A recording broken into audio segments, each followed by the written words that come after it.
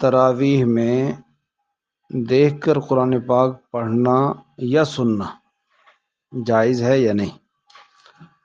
آج کل میڈیا پر کچھ تصاویر، کچھ ویڈیو اس طرح کی نظر آ رہی ہیں کہ امام صاحب کے پیچھے کچھ لوگ قرآن پاک یا موبائل کھول کر ہاتھ میں لے کے کھڑے ہیں اور اس کو دیکھ رہے ہیں کہ کہیں غلطی تو نہیں۔ تو اس سے متعلق قرآن و حدیث کی روشنی میں واضح یہ حکم سمجھ لینا چاہیے تاکہ یہ معاملہ آگے نہ بڑھ سکے اور دین کے اندر خرابی اور نقصان پیدا نہ ہو۔ امام ابو حنیفہ رحمہ اللہ فرماتے ہیں کہ نماز میں قرآن پاک کو دیکھ کر پڑھنا، اس سے نماز فاسد ہو جاتی ہے، نماز ٹوٹ جاتی ہے۔